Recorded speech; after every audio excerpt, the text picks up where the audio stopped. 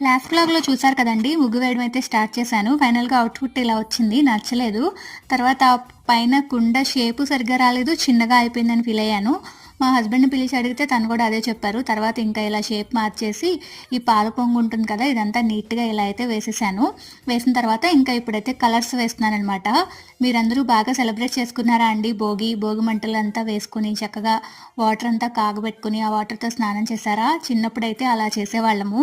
చిన్నప్పుడు అందరూ అమ్మ వాళ్ళ ఇంటి దగ్గర నుంచి అమ్మమ్మ వాళ్ళ ఇంటికి వెళ్తూ ఉంటారు కదా హాలిడేస్‌కి. నేను మాత్రం రివర్స్ అనమాట. నేను మా అమ్మమ్మ వాళ్ళ ఇంట్లో ఉండి చదువుకునేదాన్ని.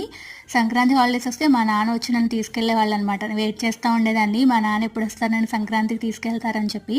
మా ఊర్లో చాలా బాగుండేది సంక్రాంతి. చాలా సందడిగా ఉండేది. మేము ఊరు వెళ్ళలేదన్న మాటే గానీ, ఈరోజైతే నా బ్రెయిన్, నా మనసు అంతా అక్కడే ఉన్నాయి. వెళ్తే బాగుండేది అని. సో, కొన్ని కొన్ని సార్లు పర్లేదు. సో, ఫైనల్‌గా అయితే ముగ్గిది. వీడియో నచ్చితే లైక్